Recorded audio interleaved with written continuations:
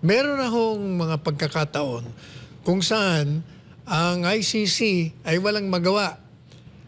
2 weeks ago, meron pong inaresto yung Italian government sa pakiusap ng ICC ng isang foreign national.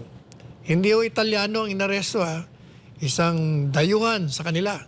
Sapagkat nakiusap ang ICC, inaresto nila dahil merong crime against humanity demanda.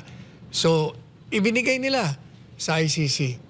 Subalit, 1 week after pong maisuko nila ito, natuklasan nila, hindi pala sinunod yung batas ng Italian government sa pag-aresto at pagsuko.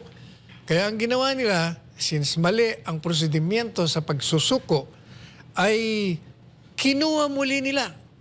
Nagpadala ng eroplano ng Italian government, eroplano ng gobyerno ng Italiano, at kinuha muli sa ICC. Wala hong magawa ang ICC. Tinatanong ng reporter yung Italian government. Sabi niya, buti pumayag itong ICC. Paano niya nakuha? Sabi niya, hindi sila mga Diyos. Kami ang Diyos dito sa aming bansa.